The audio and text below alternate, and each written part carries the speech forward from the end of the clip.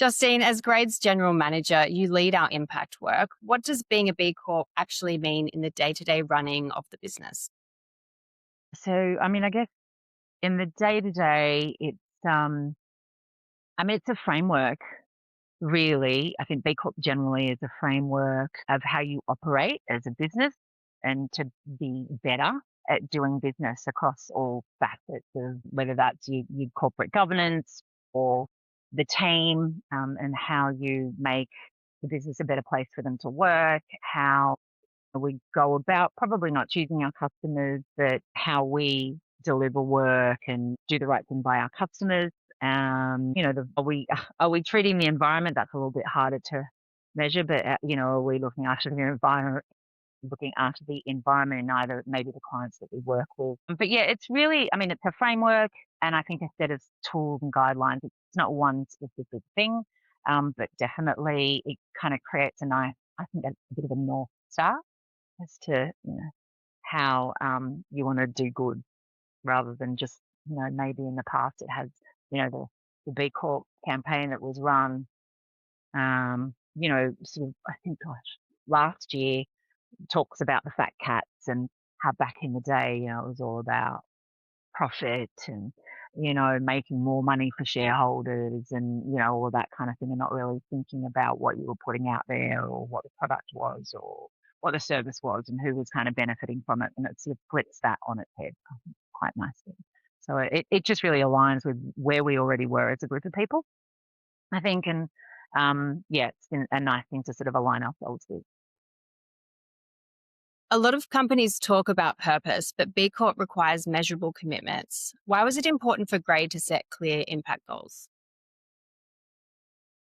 So when you start the process, one of the key things that B Corp, and I think this is probably changing a little bit, but just a sustainable development goals that the United Nations created is definitely part of the whole B Corp philosophy. And what you do is you look at those goals, and as a group, you choose the goal that you feel most aligned with, not just necessarily you as a business, but how the team feels or the things the team feels strongly about. So, you have to sort of set your impact goals because they become the thing that you sort of stand by throughout your time as being a B Corp. So we landed on a number of impact goals which really focus around social equality, mental health, the environment, climate and the environment, responsible use of AI and technology obviously made sense, and responsible sort of reporting and holding people accountable from a reporting perspective. So, that, it is part of the practice, but what was really interesting is that when we did the exercise, the goal actually naturally aligned with the things that we as a group of people felt really strongly about, but also fit the clients that we had already been doing work with, which I guess shouldn't have been a surprise, but it was actually a surprise that it was quite that aligned, that a lot of our clients actually fell into the categories that we chose as our goal. So, but yeah, it's part of the commitment, and just for us, it gives us a reason to not exist, but it gives us a reason to think about the work that we choose to do. Or, We want at least half the Grade team participating in professional development. How does investing in people connect to our broader mission of digital for good? geez, I think there's a couple of things in that. Investing in professional development, it's twofold. So one, under workers, it's a commitment to making sure that we provide our team with the opportunity to grow or to learn more, or, whether it's cross skilling even within our team, being able to sort of step into other areas that might not be your core skill. So, a product manager might not innately be a great software developer, or, they're probably better at something like UX. But I think that it allows us to gel better as a team to understand what all of the disciplines are, even if it's not your core skill. So being able to offer the team the opportunity to kind of cross train as well as increasing their own kind of skill set is, not just good for the business, but it's actually good for them. So it kind of returns for us really well, and I think ultimately then it just allows us to be a little bit more truer to delivering digital for good. So that means the work that we might produce for our customers. So it's a given. I think, why people don't get to kind of naturally have a training budget built into their annual budgets, and it be done in a really effective way through lots of some great online platforms, and we do use one ourselves, and everybody gets to kind of pick and choose the things that they like. So you're not kind of being forced into going to do a course that you may not in the past have been that interested in doing. You get to kind of really dig into the things that you're interested in. So I just think it naturally just allows us to be better at doing what we do, to ultimately then, create great products. Great aims for 75% of staff to participate in volunteering or pro bono work. Why is community involvement important for a digital company? Well, for our digital company in particular, who have been remote first, pretty much since the business started, which was, I think 14 years ago now, I think it's very easy for particularly software engineering kind of teams to, now COVID allowed it for people to be more remote and work from home. And I mean, there's lots of reasons why it actually is better for developers in that environment. They've got big setups. They can't kind of drag all their laptops and their 3 monitors and stuff into the office every day. So it's great in that regard. But I think to be able to come together as a team for something that's not just forced training, but it actually aligns to the goals that, again, impact goals, sure, but impact goals were actually something that was intrinsically part of us, I think. So it allows us to come together physically, which people still, as much as they might begrudgingly say that they don't always want to do it, when we do it, it's actually fun. So, it's not forced fun, but we try and look at activities where we can mix in being able to give back. So, depending on what that activity might be. So providing resource in some way, or man hours or whatever to an organisation that needs the help, aligns to the goals. It, brings tenfold the physical time that we have coming together as a team of people. So, I mean, I think, pro bono work aligns very well with, some of the especially the social inequality or mental health types of organisations where you can do some good stuff. It ticks boxes in lots of other areas. I don't mean just a tick box exercise, but a good tick box. I mean, there's some that I would love us to do more work with, but because I think that they have good programs. The ones that we have worked with have been usually in some kind of, I would say, youth and mental health kind of space. So we have a couple of people within the group who do or have done youth mentoring with the Raise mentoring program, for anybody who may or may not know what that is. Great cause. I've been a mentor for a few years. So being able to kind of mentor kids at a school level who may not have access to an older person or a mentor in their lives. But then there are other organisations that are great opportunities for people to kind of come together, which I would love for us to do. It's more timing to kind of get every team member into some of these sorts of scenarios, but it could be like Thread Together or, Oz Harvest, who, you can kind of go and have a team activity where you like learn to cook, or, you learn to cook sustainably, but then, that food might be going into, meals that are going to sort of the homeless or something along those lines, or Thread Together, who have great programs where we sort clothes that could then be, provided to people who are in certain, or coming out of situations not that aren't great, that they didn't mean to find themselves in, but give them, some clothes to wear to an interview, or, clothes for their kids because they may have escaped, not great home environments. So, I mean, they're the sorts of things I'd love for us to be able to do lots more of, but I mean, I guess it's time. So without trying to tie everybody at least once a year into something like that, then we make it a little bit more um, open for people to at least find the activities either in their area, because of course we're not all in the same physical space.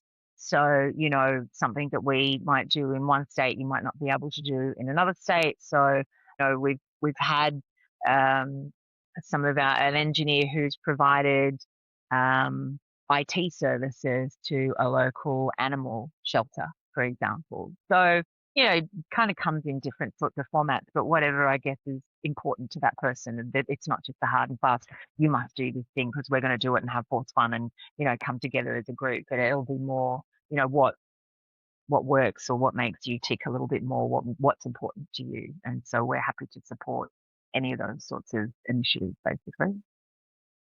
What kind of organizations do we prioritize when offering pro bono or discounted work?